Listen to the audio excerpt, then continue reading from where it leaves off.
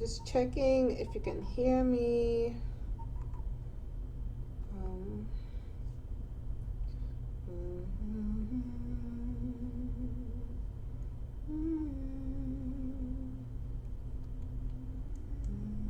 yes, you can. Awesome.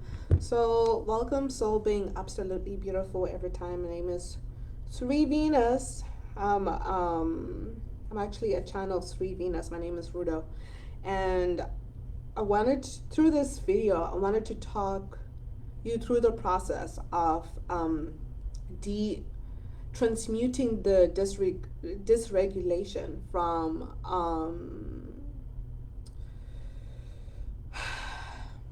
the dysregulation that comes with the unknown of shifting from your false self to your true self.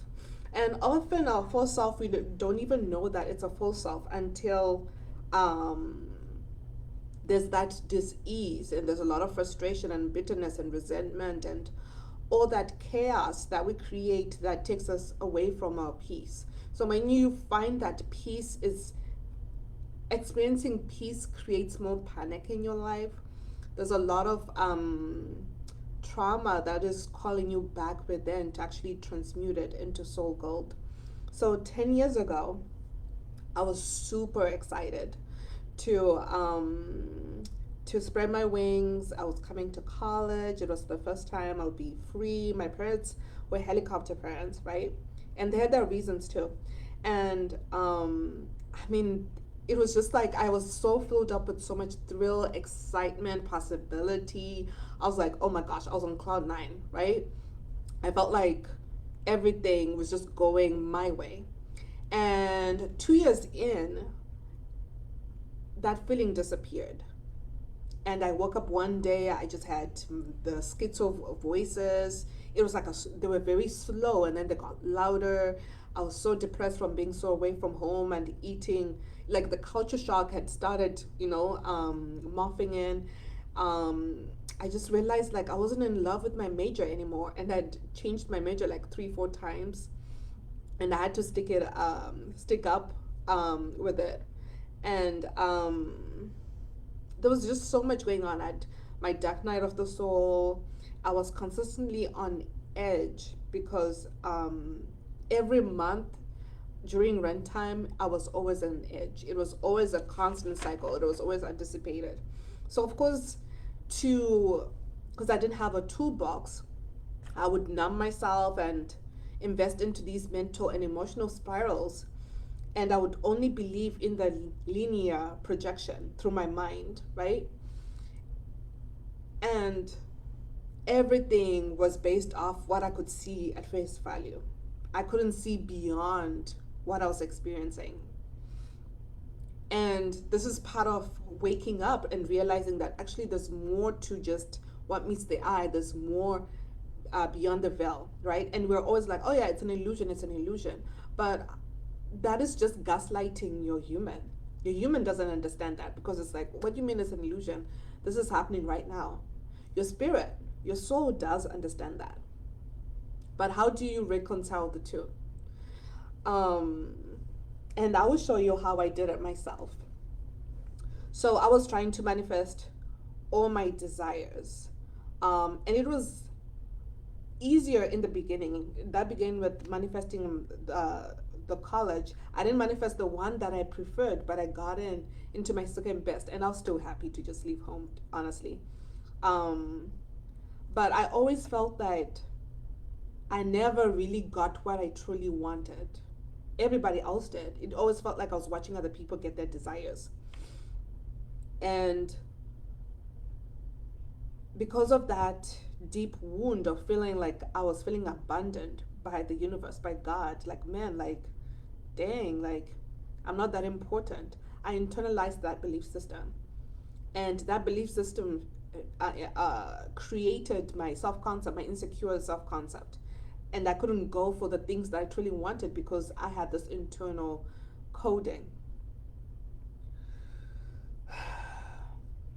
So, as I was waking up, right, in 2017, I started noticing there was a gap between my mind and myself, my true self, my awareness. There was a gap. I was like, what's going on? I didn't know what was going on. And as things started getting worse and worse, as they often do in Dark Night of the Soul before they get better, I started, my awareness was not here through my avatar. It was above my avatar. So I could see myself from above.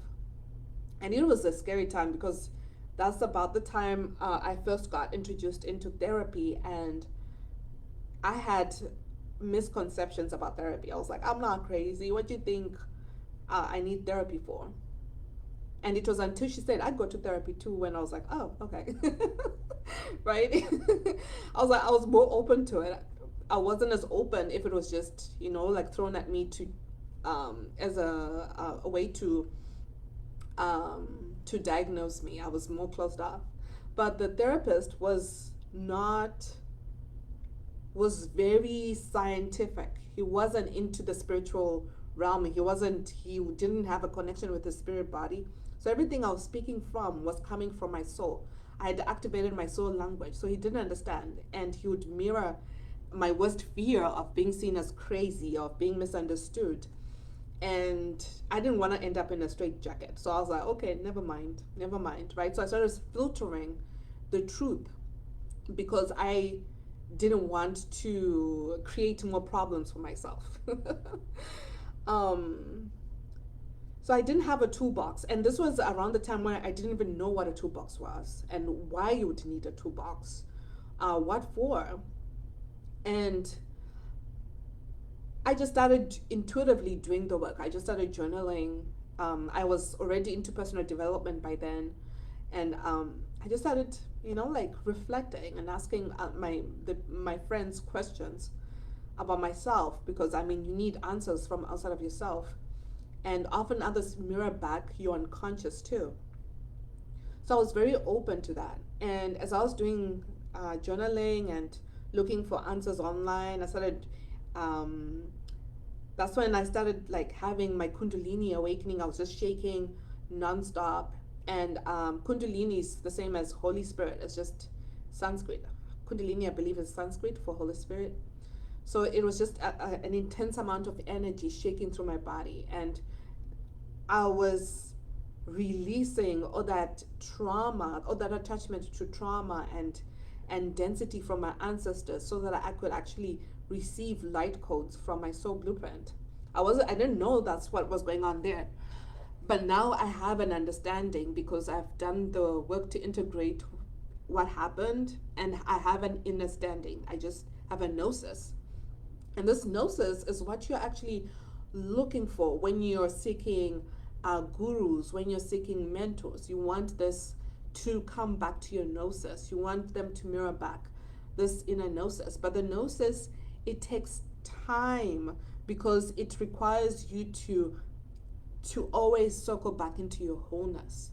As long as you are choosing your mentors and your and those people you feel very pulled to work with, and is coming from your inner wholeness, that will always mirror you back to your center. And when you are also not on the right path, they will always steer you back into the center, into your center. It will just be a longer route. But 10 years ago, I wanted to say, I was bringing this up because 10 years ago, I started to do the work because my life depended on it. I had those schizo voices, and I was seriously considering ending my life because I was hopeless.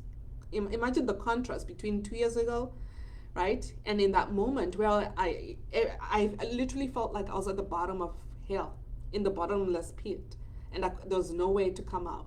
Dark night of the soul, all intrusive thoughts, consistent feelings of doom, everybody mirroring you back your worst fears, feeling like very exposed because you have an ego death, right? So you don't have an ego to protect your core from. I had all those schizo voices getting worse. I had the Kundalini. I was starting to have visions. It was a lot. And I didn't have any of this experience before. Yes, with depression I did, But with this, it was a lot, and I was away from home. I was in a foreign land. So in that moment, I had a choice to make. I was like, well, we either end or we find purpose. I remember it was a visceral like decision. It was very like I was all in. It was very intense. I was like, well, we end or we find purpose in this. And in that moment, I was like, okay, I'm gonna find the way out, but I'm gonna come back and share the way out. And that's how my purpose awakened within me. And I believe it's been the same situation for you too. Like a purpose is not something that just um like in the ego world you create purpose. But in soul you awaken into purpose. You never really know it until you're in the moment. And you're like, yeah, I'm living to serve. I'm living for something bigger than me. That is not centered on my self centeredness. That is centered around another person's thrive. And that gives you joy. And now, because of that, I love doing the work. I'm not doing it for survival anymore. I'm doing it because I love how I feel I thrive from it. I'm my best version when I'm doing it. I enjoy it. I'm always overflowing. It's a part of my being, my state of being. So, of course, naturally, I'm always reaping rewards because I've made it part of my lifestyle. But I'm not doing it anymore to survive because I've transmuted all this trauma that made me unsafe to feel peace, that made me unsafe to enjoy whatever I was doing. So when peace feels unsafe and your nervous system has been conditioned to invert this peaceful feeling into panic, it becomes a no-brainer to like react to this internal chaos, this feeling of suffering, with adding on more unconscious negative habits, which I found myself doing, right? When I look back, I'm like, oh my gosh, cringe, right? But that is a marker of my growth. It's not to,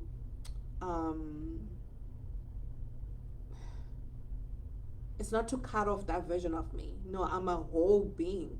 And that version of me, I need to stay connected to her. I need to keep sending love and light codes because I am today because of what she knew, who she was, and all of that. We're a team, all parts of you, lower self and higher self. And when I started to begin to understand all of this, life became actually easier. I wasn't resisting who I was in the present moment because the panic and the dis-ease was coming from refusing myself, abandoning myself, because it didn't align with what the collective programming was encouraging us to be. So it was when I separated from my mind, I wasn't in my mind. I was separate. I was aware, like, oh, that's my mind. I'm not my mind. I'm not my thoughts. I'm just watching them pass by. But even though it was like that, I was still being attacked psychically, by the schizo voices. I could hear them. The schizo voices were inside, the psychic attacks were outside of me. There's a difference. But it was a series of that, and I was burning out because I overinvested my energy in my headspace instead of actually doing more work to come into my body, to invest into my core, into my center, to detach from reality without bypassing, which was the secret. But I didn't understand this. I didn't remember the laws of creation. So it was through trial and error. If you're into human design, as a 4/6, our first era is about trial and error, and that was the era I was in. So I had to have trial and error, and that's how I have this wisdom, because I had to try and figure out what works, what doesn't, what is for New Earth, what doesn't. And it was scary, and it was it was my initiation into my power. And a lot of people just want power without actually earning it, because the earning is the embodiment. You earn the embodiment. So if you give somebody who hasn't actually worked out, you give them Ozempic, right? That's very common these days. People just want to lose weight like this without working out. They're not really going to feel sexy. They're not going to feel hot. They're not going to feel embodied or like I take care of myself, because it's like that. It's like an instant purchase. But somebody who puts in consistent work, right? Even if it's 10 minutes, 5 minutes every day, and they don't take shortcuts, right? They take care of they take nutrition very seriously. They do inner work around their body. They will be very embodied, right? If you put the two together, you're gonna feel the difference in resonance, because one is really embodied, like, yeah, I earned this body, right? So, well, and it's always your choice. Like, do you want like instant um, success, but always know what that instant success is getting you? Is it getting what you truly want? What do you want to embody? Who do you want to be? Right? So with me, my power and your power are never gonna look the same, because I activated my power through so that I could bring my gifts online, so I could actually um, live in alignment with sharing my gifts in service to the new timelines that are now anchoring in. And you have different gifts. So your power, your experiences purified you differently. So your embodiment, your resonance of power is going to look different. And that's your unique signature, your resonance signature. It's always going to be unique to you. So always pay attention, like, what am I desiring here? It's never going to look exactly as you think it's going to look. It's just when you're really desiring somebody and you're pedestaling them, they're mirroring something within you that you're now waking up to. And it's just a matter of, are you resisting, or are you opening yourself up to to what you need to do next to embody this version of you. So it's about knowing what is your trauma mind and what is your soul mind. And we're going to talk more about soul mind later. Right now, let's talk about trauma mind. If you watched the video I created 2-3 days ago about why you're stuck and why you're manifesting from a lie, I spoke a little bit about this, about how you want to, when you're marrying your soul, your human to your soul, right? This is where you start creating from your limitless nature. You transcend 3D. Even if you're living in 3D and you're lacking, you become your body, your mind, your heart become a portal to transmute the trauma into soul gold. So there's always creation that is happening in alignment with your dream self. It's not like coming from lack. It's not coming from a collapsed embodiment. It's coming from an empowered, powerful version of you. Even if it feels scary, negative, and you're feeling all these emotions, you know they're serving a purpose, and you're like a vehicle for God, for Christ consciousness to work through you, so that you can ascend your consciousness, upgrade your consciousness. So there's a difference between micro conditioning and macro conditioning, and we go deeper into this in Miracle Activator. But micro is your own personalized conditioning through this lifetime, through this avatar, right? Through your own beliefs and assumptions about yourself, about life, about everything.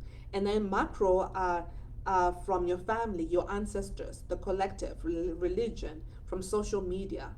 So knowing that to differentiate these two, like, where is this energy coming from?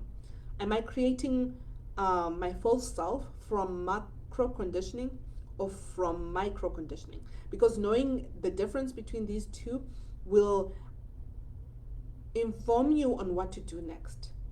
They require different responses, and it will become more evident on the responses once you do the work, because this information, it makes sense when you've upgraded consciousness. Information is not just available. That's why a lot of people, when you see, like, they might know a lot intellectually, but they don't really know anything because they haven't experienced anything. Consciousness allows you to experience things your past self couldn't experience. So your mind, your body, your spirit, your emotions, they become a whole different signature. So you want to transmute this trauma, and you want to differentiate this trauma, so you become aware of like, what's mine, what are my energetic boundaries, so you can clarify your energetic boundaries from conditioning that is not yours, because that makes it easier to transmute your own, so that you unlock your DNA. Because when you're transmuting other people's conditioning, that's when you feel like you're carrying the whole world on your shoulders. That's why it feels like you're always in your mind. You want to come back into your body. You want to make it easier than it needs to be. Because this work is hard, because you're upgrading your consciousness.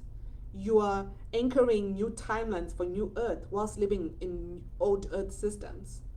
This stuff is not easy, so you want to make your life easier by working smarter.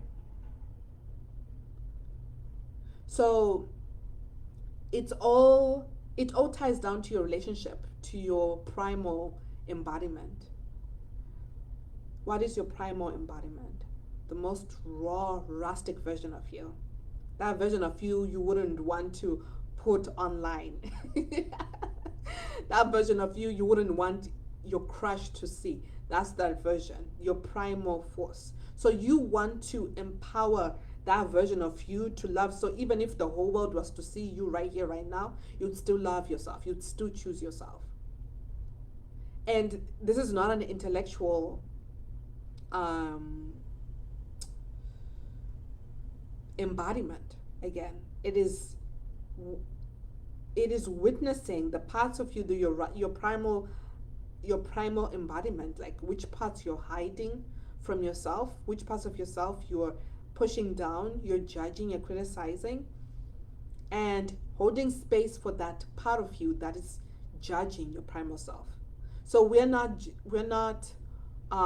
making it wrong. We're expanding our capacity to receive both and not making them wrong, but actually inviting your inner child to be curious, like, what's going on? Why are you guys fighting? Why don't you guys like each other? And I believe this is part work. I didn't know about part work until somebody mentioned, like, oh, you're doing part work. I'm like, huh, interesting. You know, with information like this, when you start doing work, you start just downloading consciousness that is in the field, and then you realize it's always been in 3D. It's just interesting. But yeah, so you meet these aspects of yourself, these different themes of yourself, right? And you a video ago, I showed you how to stop trauma looping. I think it was like a video of 4 minutes.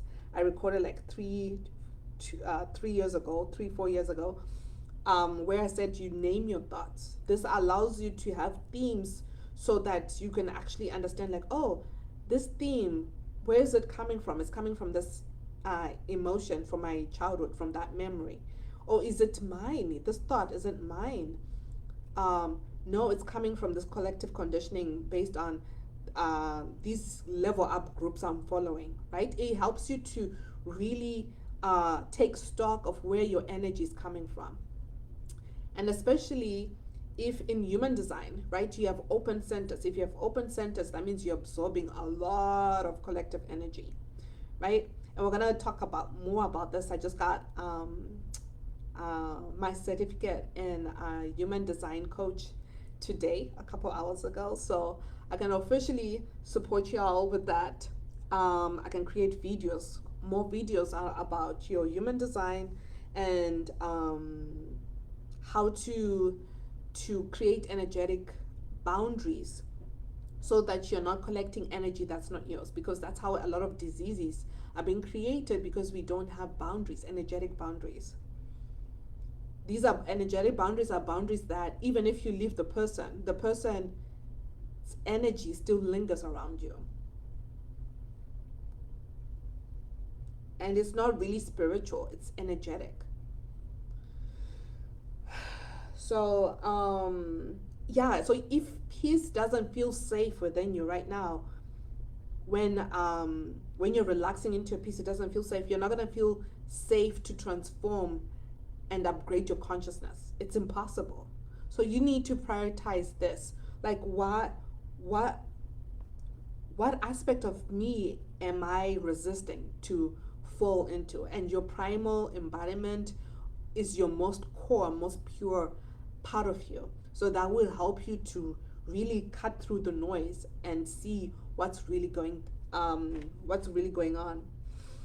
So as I was doing all this work, I realized the disease, right? Disease was actually the gift from my ancestors to initiate me into new earth.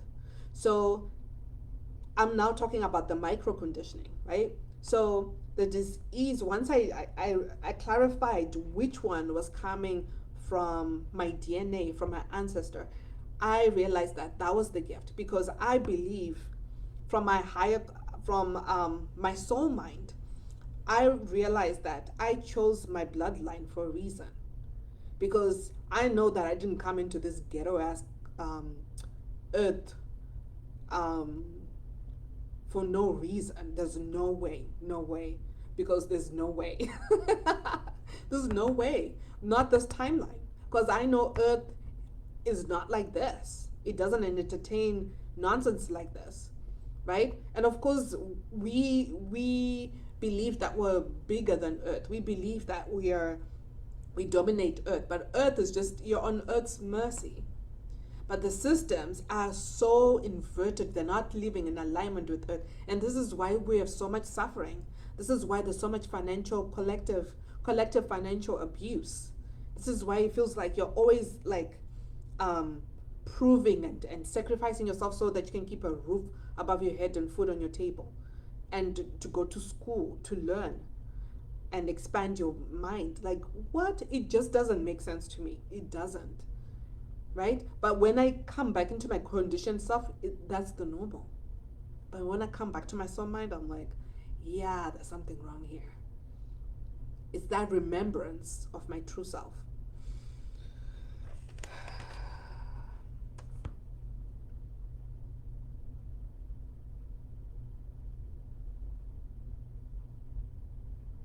So being at peace with yourself, with your primal self, it also comes down to, are you, is your silence, your pauses, are they safe? Or are you trying to cover them up because you feel like so uncomfortable? You don't want to be seen. You know, like, what is your relationship with your stillness, with your pause?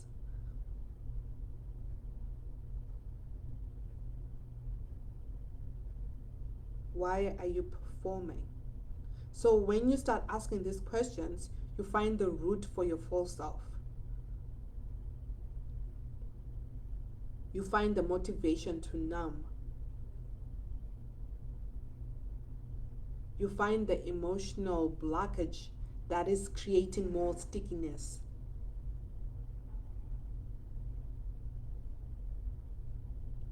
You see the noise that is inspiring you to keep spinning. All the information is there when you just chill for a little bit.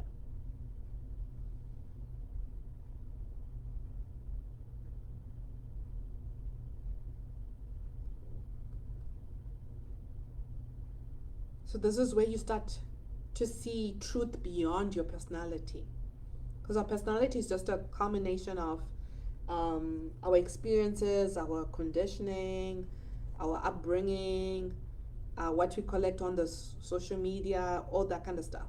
But you want to see truth beyond this personality, because the personality is limited. It is warped. You want that pure version of you, because that is what is always going to keep you in alignment with your limitless nature, with your eternal self, with that version of you that is not afraid of dying. That's where your true power lies.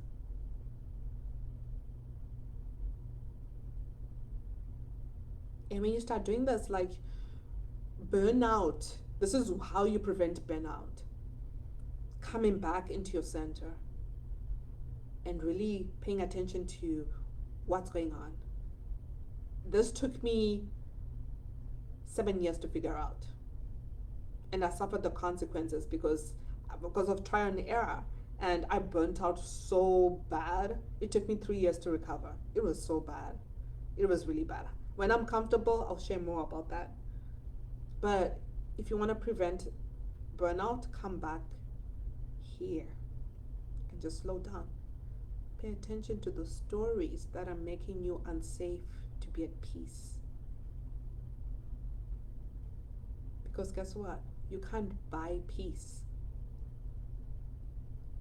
Peace is an internal choice. You're just abdicating this peace to the external world. So when you notice what stories are making you give away this peace to an external world, that's where you want to upgrade your energetic boundaries, right?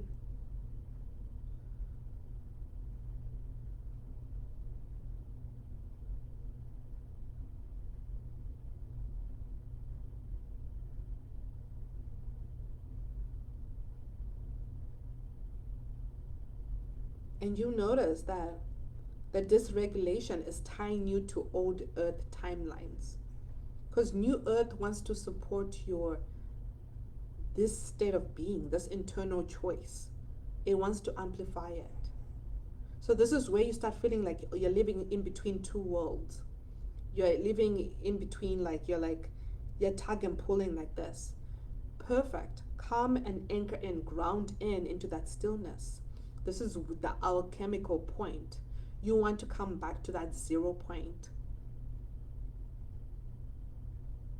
and just be with yourself.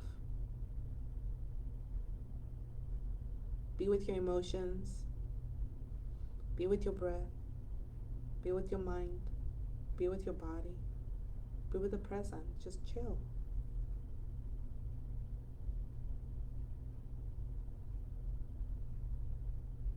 And if you're very sensitive to all this information coming in, close your eyes and just connect your breath and bring awareness to one body.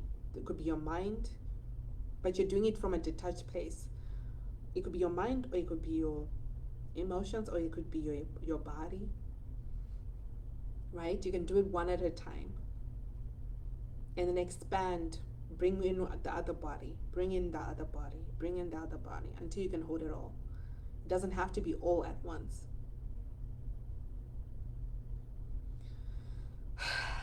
So, how do you break free for good? Well, guess what? I have a gift for you.